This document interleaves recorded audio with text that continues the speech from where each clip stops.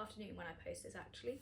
However, I wanted to speak to you at whatever time of the day it is about UKCA testing and the most common questions I've received about it. I do have a lovely little list over here of things that I've made TikToks about, but I thought that I would make it into a much longer video. So if you wanted to see the most common questions before you get started, you can see it all in one place instead of having to scroll through a load of my content that is probably mostly not very helpful and just pictures of this guy. So yeah, I was going to get started with testing and when to do it, because that's basically all of my questions. At least 4 of them, I think. So yeah, I'm going to begin with testing per pattern. So somebody asked me if they have to test every single plushie, like if they had to make 2 of every plushie they make to test 1 of each. No, you do not have to do that. That would be very, very safe, but that is not necessary. So you basically have to test every pattern and then every difference in yarn. So for example, if I was to make this lovely little squid in a different type of yarn, but was using the same pattern, I would still test it again, because I can't guarantee that the new yarn is going to hold up the same way the old yarn does. However, if I was going to make this squid with the same brand of yarn, but in a different colour, that's fine. I don't need to test it again. Same pattern, same type of yarn, still all the same chemical stuff, all the same properties, it'll all be okay. So hopefully that helps you understand when you have to test and when you don't. I mean, for example, I'm just going to hold a bunch of stuff I've made. Every single one of these is a different pattern, so every single one of them will be tested differently.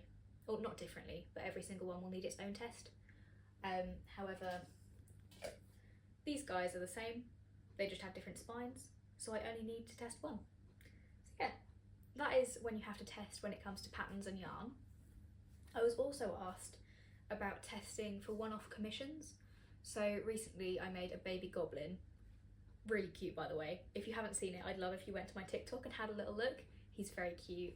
I was asked if I was going to UKCA test him, because a lot of people didn't think I would have to, because it was only being sold to 1 person.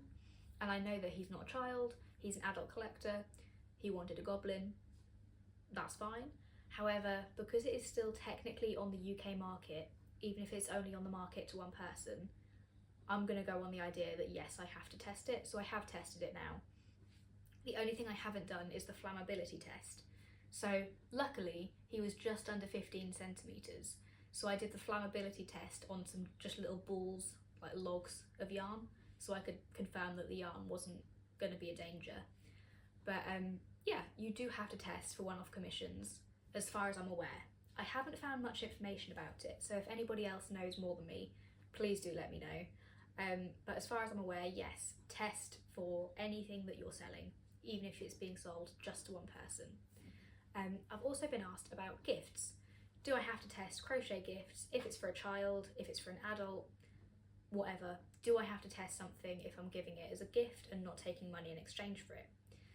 No, not as far as I'm aware. If you're giving a gift to a child, so for example, my mum's friend had a baby shower and I made a few teddies for the baby shower, I tested all of them, but only because I'm aware it's going to be for a child and I'd rather be safe. But as it's not a market in the UK, it cannot be regulated.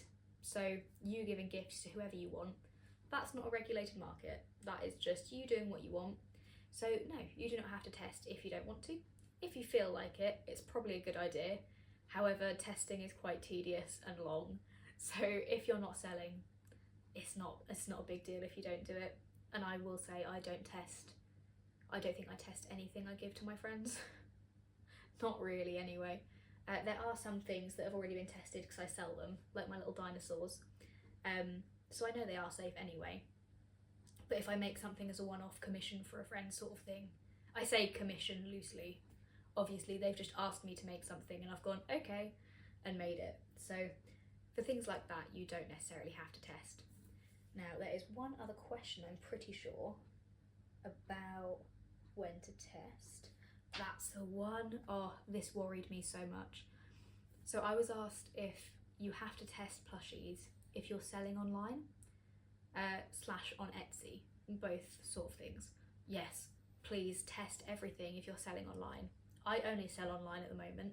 I don't go to craft fairs yet. I still test everything because it is still a UK market. So I think the person who asked me this question, they sell on Etsy and they thought they didn't have to test, like UKCA test plushies for Etsy. This is quite a difficult one because they don't make it widely known, Etsy that is, that UK testing is necessary. So they're quite notorious for not necessarily regulating their platform as well as they should. So a lot of sellers aren't even aware of the laws they're supposed to be following. But yes, if you are selling on Etsy, your own website online, TikTok shop, which is what I'm currently using, any of those, you do need to test your plushies. TikTok shop I find is quite good for that. They have a little section when you list things of evidence that it's tested. So I just use my labels for that because it has the little UKCA logo on it, which is what you need on the little label. That is good enough and obviously shows that it's tested. But I obviously keep all the paperwork in my handy dandy folder. Anyway, so if they needed, I could put photos of the paperwork on there. So yeah, that is all of the questions I had about sort of when to test, when you don't need to test. Next I have a few things I'd like to say about just sort of general information I'm not always sure people are aware of. So the biggest one is labelling. I don't actually have an example of a label with me, do I? I'll have a little look in here, but as far as I'm aware I don't. However, for your toys to be compliant, they do need a label on them. No, I just have receipts. So it has to include quite a few things. So usually your logo is quite a good idea, along with care information, the UKCA logo to show that it's UKCA tested, along with a CE logo if it's CE tested. Now, there was a lot of confusion, at least for me, about whether or not to put your address on there, like manufacturer address, because a lot of people were saying you had to for it to be legal, and then a lot of people were saying it's illegal to put it on there. So I've not got my address on there at the moment, because if someone needs to send something back, I do everything through TikTok shop anyway, so they can reach out to me if they need to. However, when I do start selling at craft fairs, I may have to reevaluate that. So yeah, labelling is a must. For your toys to be legal, they have to be labelled and they have to have the UKCA logo on there. They also, if it's a swing tag and not a sewn in label, they have to say keep for future reference so that they know they need to keep them. If they get rid of them, that's on them. And I think the last thing I wanted to speak about actually is the declaration of conformity. So I think a lot of people, it is annoying. Testing takes so much time. Like I have my testing guide in here on the first page. It takes so much time that I think we often then rush through to then start selling it because it's taken so much work to get there. But in order to finish testing, you need to have a declaration of conformity, which looks like this. So I have got a free template along with my free UKCA testing guide. None of this is legal advice, of course. This is simply what I found while doing my own research. But you do need to have a declaration of conformity to show that you know your toys are compliant with all of the regulations. So down here I have the reference numbers, and that is just different parts of the regulations that I've met or that you need to meet, and it's at the top it basically goes, yes, I meet these. So yeah, you need that as well in order for it to be able to be sold. You've also got to keep this information for 10 years after it goes onto the market. So it's not necessary, but I always write at the bottom how long this has to be kept for. So basically 10 years from the date that I test, I write on there, and after that I can get rid of it. However, at the moment, 10 years is quite a long way away, so this is just keeping indefinitely to me at the moment. And I think that may be all I have to speak about today. Yeah, that is about it. I have a lot of paperwork to actually print off for other plushies that I've tested but not printed off the paperwork for yet. So I do prefer to keep everything as a paper copy just in case my laptop ever crashes. That also includes pictures of all my testing, so I know there's sort of evidence if the videos ever crash. But that is quite, I don't know, I think I'm quite paranoid about my laptop being a bit old and crusty. So yeah, when I get a new laptop, I hopefully won't be so worried about that, but it's always good to keep 2 copies of everything. And I think that is about all for today.